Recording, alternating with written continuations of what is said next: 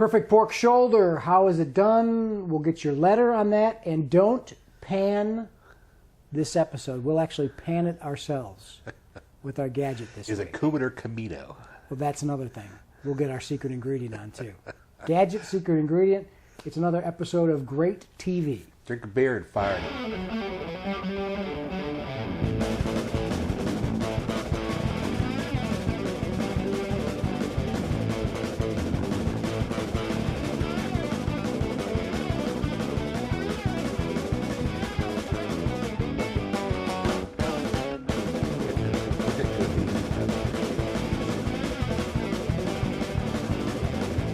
We're jumping right into it. Great TV is here. It's Bill West, founder of BarbecueTricks.com, and along with me every week, he's the guy that really knows the barbecue. I just talk about it. Three-time South Carolina state champion, and also founder of Carolina Pitmasters, CarolinaPitmasters.com, Jack Waybor. Yeehaw.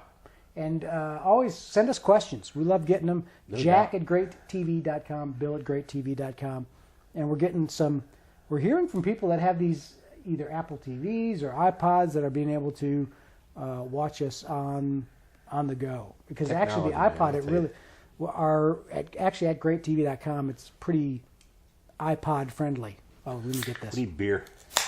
I'm drinking Youngling Traditional Lager, Pottsville, Pennsylvania. That's home for me, so right around home. I'm feeling kind of Corona. You got the Corona thing Cheers working? to you. Cheers to you. Hopefully you're enjoying our show about a beer in length. Tony is drinking along with us today. I'm suffering anyway from a kind of a nasal upper respiratory thing, so we're calling this the cold killers today. Cold killers. Just got to get through it here. January, the chills is... And I tell you, I can't wait for the summertime to come back, Bill. I can't tell you how much I enjoy sitting out on the patio and shooting great TV, back on the deck when got the fire like going and everything. We're not quite a year old. When did we start? We were right around Valentine's last year, I think, when we actually got together in March, right after Valentine's, I think. I think it was after Pitmaster. It must have been. Looking back, I can't.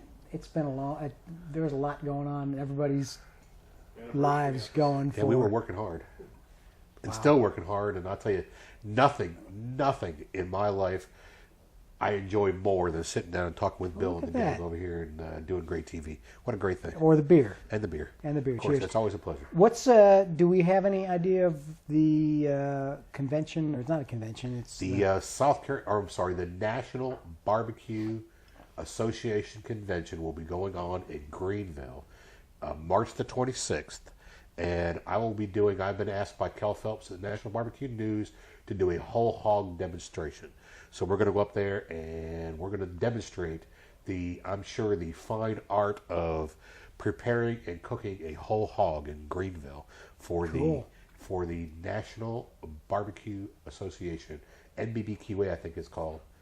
And I believe that Kel Phelps, the editor and owner, I guess, of the National Barbecue News, will be installed as the president of the National Barbecue Association that same weekend. That's a big group, right? Yeah, that's the national one. And I got to tell you, Kel and I have been friends for a long time, and I appreciate everything Kel does for us and barbecue and everybody in general. Kel's a great guy. Was that SBBQA? NBBQA, National. NBBQA. National. Okay. Yeah. So we're looking forward to that. We're working out the details right now. I've taken great TV up there, and Greenville's a great city. Sitting down in Greenville's just a wonderful place. I can't wait. I have relatives there. Can't wait to go visit.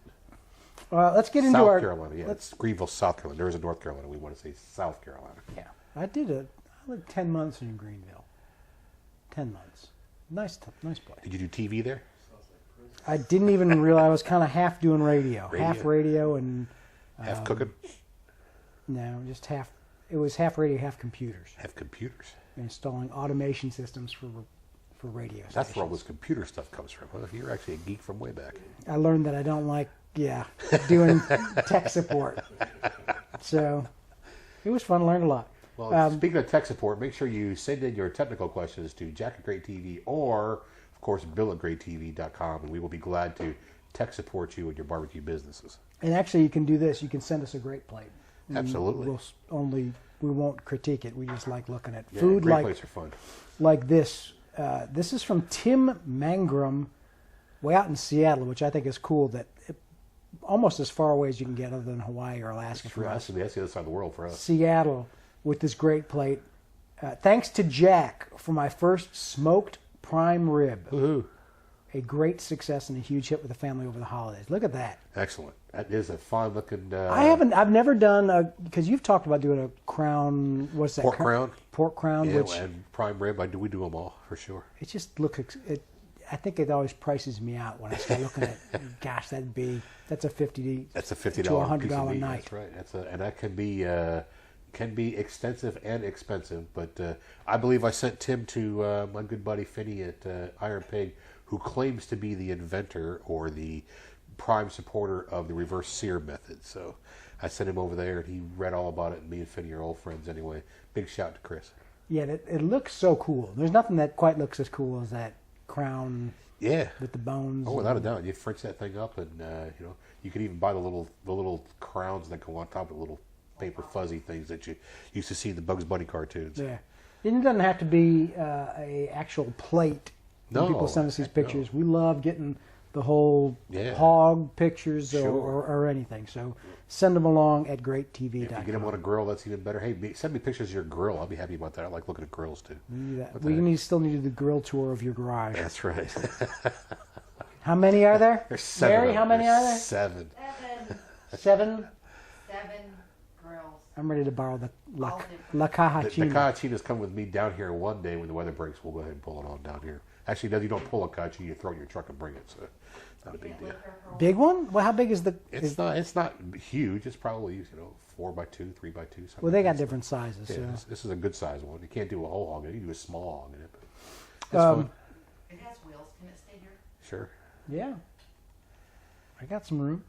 Letter today coming from Maryland, Mount Airy, Maryland. He says, "Greetings. I frequently use boneless pork shoulders from my local butcher in lieu of the standard long cut. Awesome. The bone-in version takes a lot longer to cook and provides a good bit of pork soup. Right. The boneless seems to provide a better yield, but I have to be very careful not to overcook it Sure. and get dry Q. Should I brine the boneless shoulder or pull them early and foil them? What would help?" And this is from Weldon. I see Weldon sent us some other stuff too.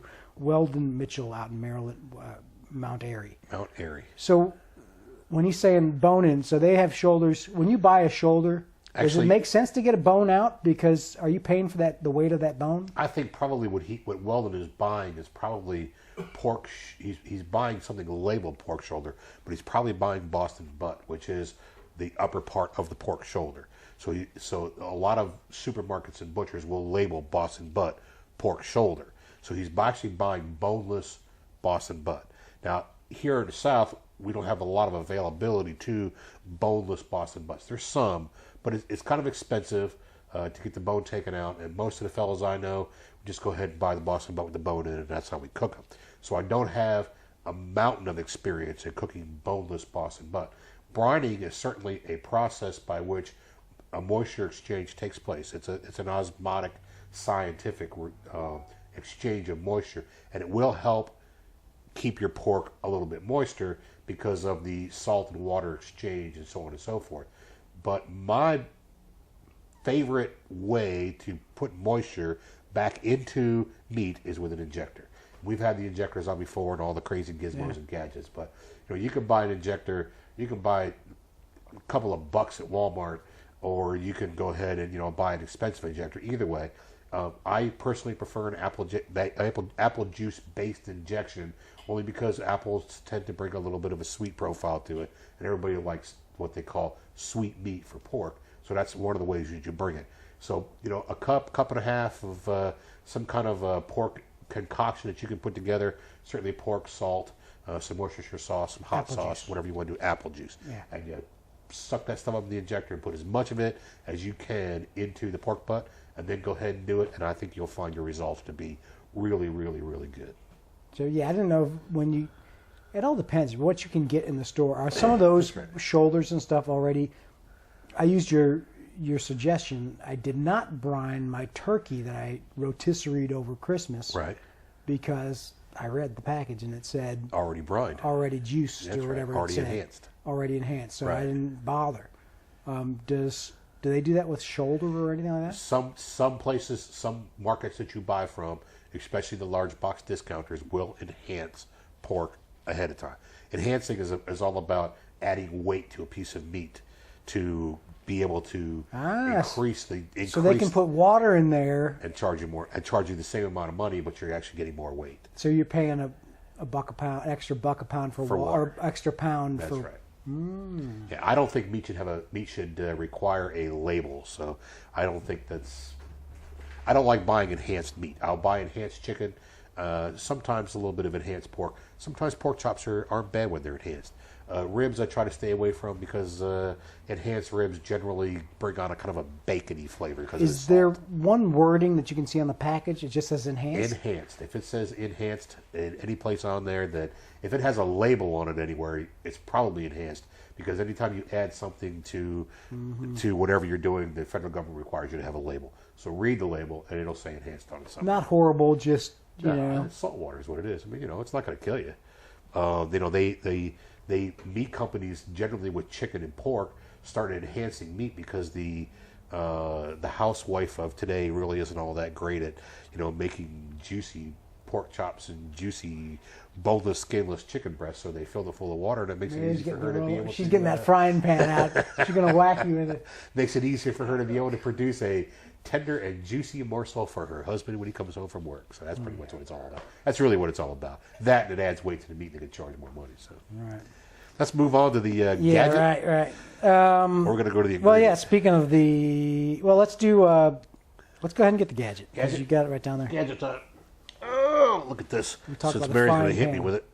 This is my favorite cast iron frying pan. And I got to tell you, I got a million uses for this, Bill. I really do. Well, we said last week, people think we're just getting like some sort of sponsorship or something. We're advertising.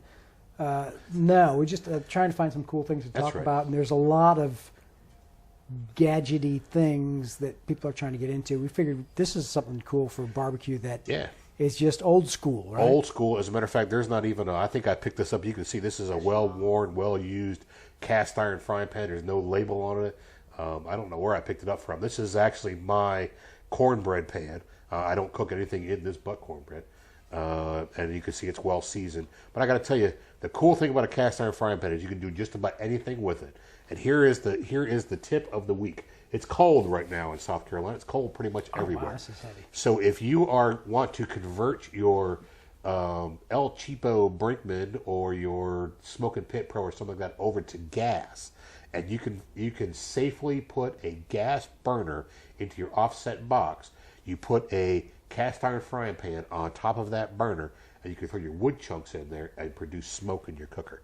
And it will be tolerable barbecue. I'm not going to say it's going to be the best, but it's going to be tolerable. Will this barbecue. get red hot? It gets red hot, but it will prevent your. It's a good container to put your chips and your chunks in to be able to hold your product, your chips and chunks in your wood. Yeah, and that's you can buy a cast iron frying pan at your big box discounter for a couple of bucks, $6-7.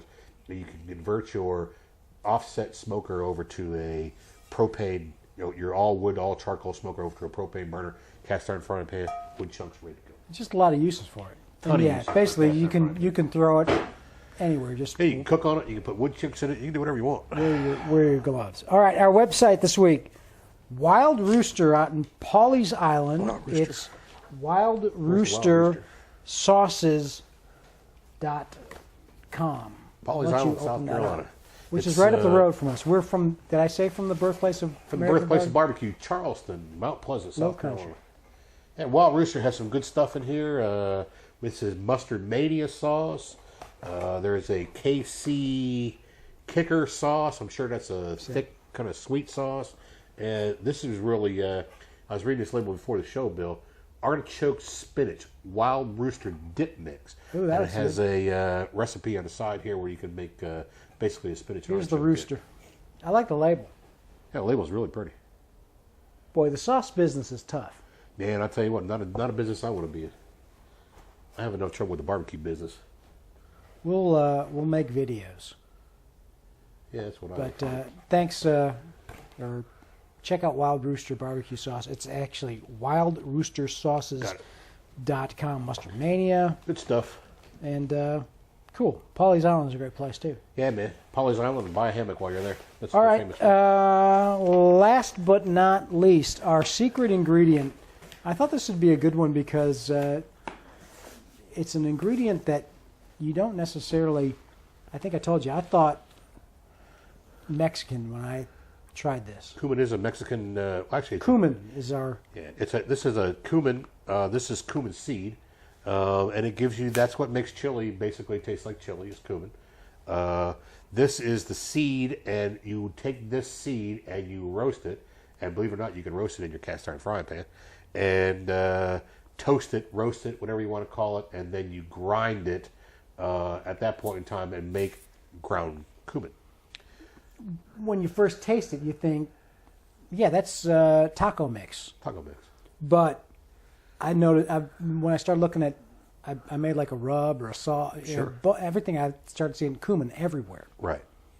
And so that's in pretty much everything. Yep. And good stuff. A lot of the flavor profiles these days, and pretty much everything you're eating is going to have, not everything, a lot of things that you're eating these days will have a Southwest kind of profile to it.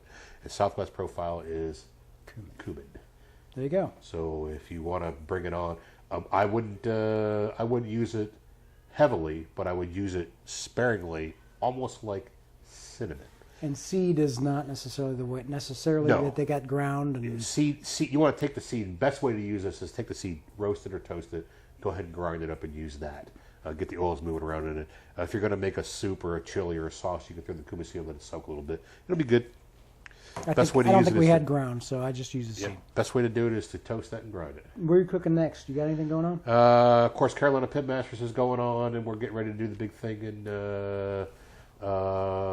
Greenville, South Carolina, and then I think we're going to get ready for barbecue for baseball, which is happening here in Somerville. So Cool. April. We love that.